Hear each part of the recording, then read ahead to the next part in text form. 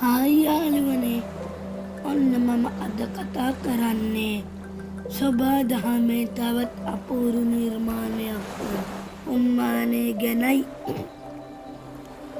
දකුණේ භාෂාවෙන් උම්මානයට කරිජ්ජ මාලාව කියලත් කියනවලු.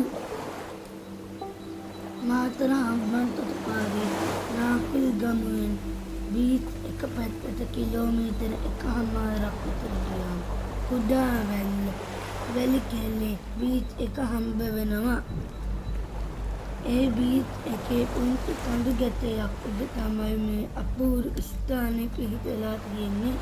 නිරිත දිග මෝසම් කාලේට මුහුදු රළවල වේගය වැඩි වුණාම මීටත් වඩා උසට ලස්සනට බලා ගන්න පුළුවන්ලු. ඒ වගේම හුම්මානයට යන පාරේ ලස්සන බීච් එකක් බලා ගන්නත් පුළුවන්.